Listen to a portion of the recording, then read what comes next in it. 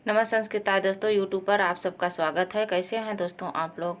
आइए बिना देरी किए हुए भारवी द्वारा रचित किरातार्जुनीयम महाकाव्य के प्रथम सर्ग का दूसरा श्लोक लेके हाजिर हुए हैं, जो हिंदी व्याख्या सहित उसके टिप्पणियों का आज हम लोग अध्ययन करेंगे।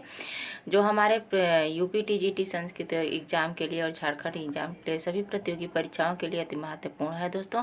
तो बिना देरी किए हुए आइए तो आज हम लोग दूसरे श्लोक का अध्ययन करते हैं, उसके व्याकरण टिप्पणियों को और उसके व्याख्या को देखते हैं दोस्तों।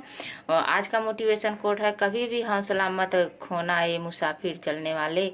कभी भी हौसला मत खोना ए मुसाफिर चलने वाले, क्या पता मंजिल ने भी तेरे हौसलों का ही बहाना किया है।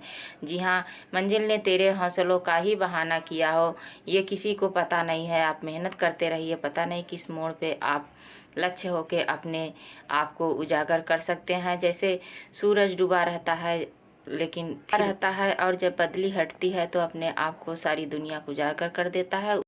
उसी तरह हम अपने लक्ष्य को प्राप्त करके और अपनी मंजिल को प्राप्त करके अपने आप को उजागर कर सकते हैं दोस्तों। इसी मोटिवेशन कोट के साथ आइए आज का पाठ शुरू करते हैं। नमः संस्कृताय दोस्तों, आइए हम लोग फिर से किरातार्जुनीयम लेके हाजिर हुए हैं, जो महाकवि भारी द्वारा रचित किरातार्जुनीयम है। कल हम लोगों ने किरातार्जुनीयम के प्रथम सर्ग का अध्ययन किए थे, प्रथम सर्ग के प्रथम श्लोक का अध्ययन किए थे दोस्तों, जिसमें से प्रथम श्लोक की व्याख्या, उसके छंद और व्याकरणात्मक टिप्पणी का अध्ययन किए थे। आइए दूसरे श्लोक का अध्ययन करने से पहले प्रथम सर्ग को प्रथम श्लोक को थोड़ा सा देख लेते हैं। श्रियः कुरूणामधिपस्य पालनीं प्रजासु वृत्तिं यमयुक्तवेदितुं सवर्णलिङ्गी विदितः समययौ युधिष्ठिरं द्वैतवने वनेचरः।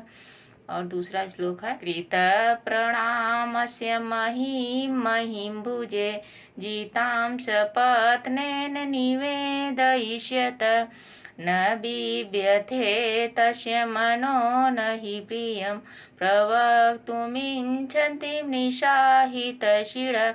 उसके बाद ये तीसरा श्लोक का वाचन करते हैं हम लोग। द्विषां विघाताय विधातुमिच्छतो अहस्यनुज्ञामधिगम्य भुवित सौष्ठदार्यं विशेषशालिनीं विनिश्चितार्थम इति वाचमादते।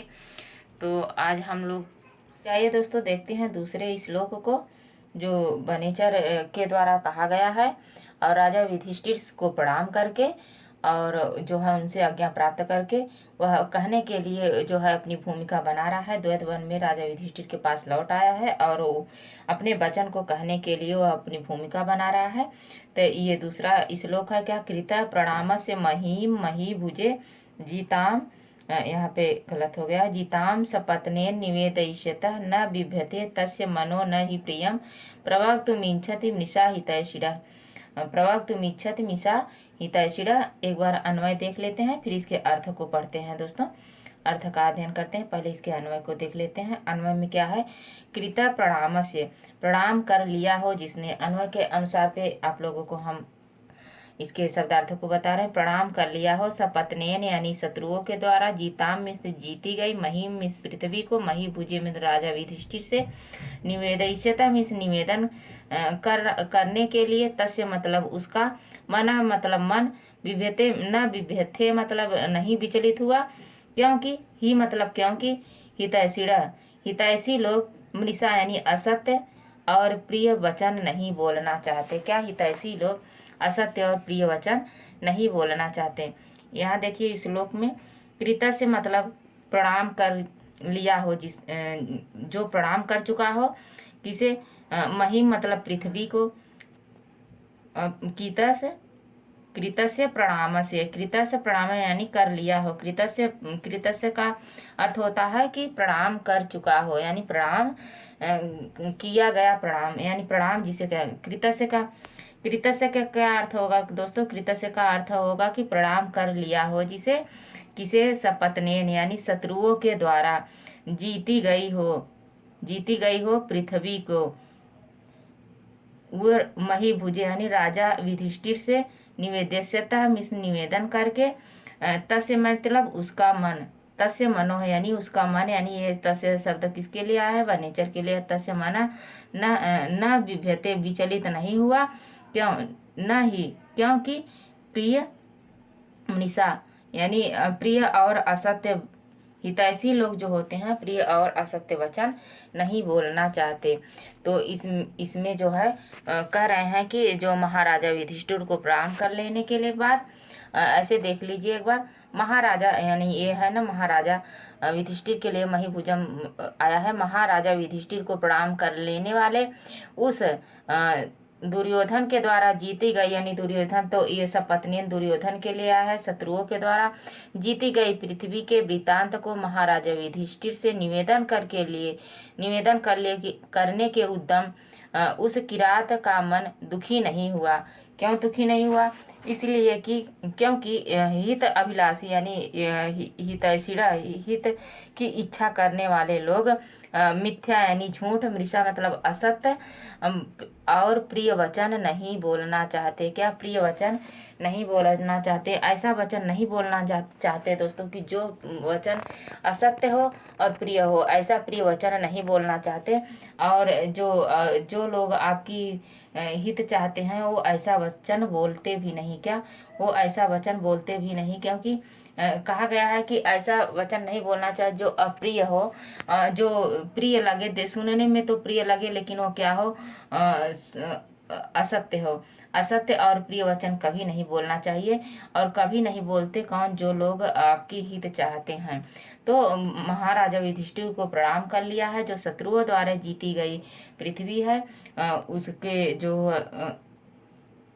शत्रुओं द्वारा जो जीती गई पृथ्वी है, किससे जीत लिया था इसने, तो प्रणाम कर लिया है महाराजा युधिष्ठिर को, क्योंकि शत्रुओं के द्वारा जीती गई जो पृथ्वी है महाराजा युधिष्ठिर के सामने निवेदन करके उसका मन विचलित नहीं हुआ। किसका, उस वनेचर का। क्यों नहीं हुआ, क्योंकि वह जो है हित चाहने वाला था और असत्य और प्रिय वचन नहीं बोलना चाहता था। इसीलिए जो भी बोलना चाहता था वो साफ साफ कहना चाहता था। वो कह रहा है कि महाराजा युधिष्ठिर को प्रणाम करके, और कह रहा है कि शत्रुओं द्वारा जो जीती गई जो बात है, जो हम कुछ जान के आए हैं, वो हम आपके सामने बेहिचक यानी बिना कुछ संकोच किए हुए हम आपके सामने कहेंगे। और इसलिए हम आपसे निवेदन चाहते हैं कि आप जो है हमें निवेदन प्राप्त करिए कि हमको आदेशित करिए कि हम जो है सत्य वचन बोलेंगे, और चाहे वो प्रिय हो या अप्रिय वचन हो। तो ऐसा उसका कहने का भाव है।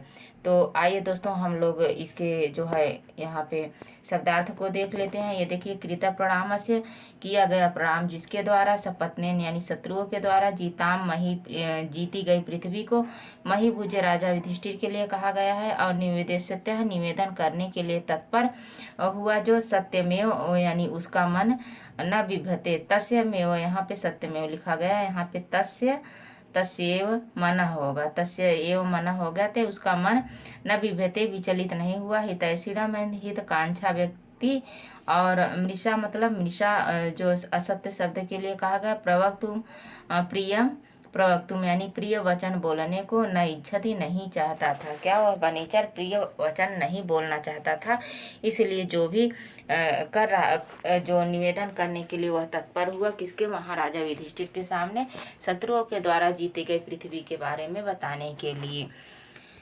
तो उसके बाद यहाँ पे आइए हम लोग व्याकरण टिप्पणी देख लेते हैं। कृत शब्द कैसे बना है, कृत शब्द बना है कृ धातु से अक्त प्रत्यय लगा के कृत शब्द बना है। और कृत प्रणाम से शब्द में क्या है दोस्तों, तो कृतः प्रणाम है येन सह कृत, प्रणाम से तस्य इति, यानी कृतः प्रणाम से शब्द पूछता है, कृत प्रणाम से शब्द अगर पूछता है तो इसमें बहुव्रीहि समास है। इसमें कौन सा समास है, बहुव्रीहि समास है। कृत प्रणामस में बहुव्रीहि समास है दोस्तों। उसके बाद यहाँ प्रणाम शब्द अलग करके पूछिए तो प्र उपसर्ग पूर्वक ऋम धातु से घय प्रत्यय लगा के प्रणाम शब्द बना है। प्रणाम शब्द कैसे बना है, प्र उपसर्ग से ऋम धातु से और घय प्रत्यय लगा के बना है दोस्तों। उसके बाद यहाँ पे है मही भुजे, मही भुजे शब्द मही शब्द से भुज धातु में क्विप प्रत्यय लगाकर बना है, जो चतुर्थी विभक्ति एक वचन का रूप है। क्या चतुर्थी विभक्ति? मही भुजे शब्द अगर पूछा जाता है तो मही भुजे राजा युधिष्ठिर के लिए आया है और इसमें चतुर्थी विभक्ति एक वचन है।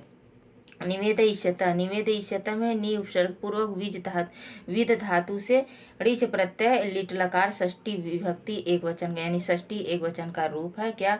निवेदयिष्यत। विभ्यते यानी व्यथित नहीं हुआ, मन हुआ, इसमें व्यध धातु है और लिट लकार प्रथम पुरुष एक वचन का रूप है। दोस्तों, हितैषिणा शब्द कैसे बना है? तो हित शब्द उपपद से इस धातु और ऋणी प्रत्यय में प्रथमा विभक्ति बहुवचन का रूप है।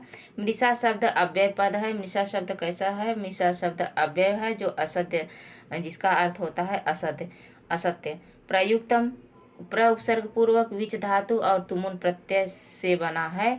प्रयुक्तम। न इच्छति यानी नहीं इच्छा किया, तो इस धातु और लट लकार प्रथम पुरुष बहुवचन का रूप है। और तो ये था, इसमें कौन सा अलंकार है? इसमें अर्थांतर न्यास अलंकार है। क्यों? क्योंकि यहाँ पे ये देखिए ये शुक्ति है। एक मिनट, ये जो है न बिभते तस्य मनो न ही प्रियम प्रवक्तुमिशन मिथा हितैषिणा। हितैषी लोग असत्य और प्रिय वचन नहीं बोलना चाहते। प्रवक्तुम न, यहाँ से न, बिभते यहाँ से ये शुक्ति हमारी बन जाती है। न प्रियम प्रवक्तुम इच्छति मृषा हितैषिणा, ये शुक्ति है। तो शुक्ति के कारण इसमें अंथातर न्यास अलंकार है। दोस्तों, तो ये रहा आज का हमारा दूसरा श्लोक। तो हम सोच रहे हैं कि एक एक श्लोक का हम लोग वाचन करेंगे और इसके अच्छे से समझेंगे। दोस्तों, उसके बाद हम लोग अगला जो है श्लोक पढ़ेंगे, तीसरा श्लोक अगले भाग में। क्योंकि बहुत ज़्यादा बड़ा वीडियो नहीं बनाना चाहते हैं, बहुत बड़ा हो जाता है तो बहुत लेंदी हो जाता है, तो हम लोग इसे छोटे छोटे और एक एक श्लोक में पढ़ेंगे। वीडियो कैसे लगा आप लोगों को? दोस्तों, अगर अच्छा लगा हो तो इसे लाइक शेयर कमेंट करिए, और जो हमारे नए साथी हो वीडियो देख रहे हो तो चैनल को सब्सक्राइब न करे हो तो उसे सब्सक्राइब करिए दोस्तों, ताकि इसका नोटिफिकेशन आपको सबसे पहले मिले और आप इसका लाभ उठाएं और अपनी तैयारी को अच्छे से करें। इसी उम्मीद के साथ और इसी वचनों के साथ आज का पाठ खत्म करते हैं। तो आज बस यहीं तक दोस्तों। नमः संस्कृताय। धन्यवाद दोस्तों।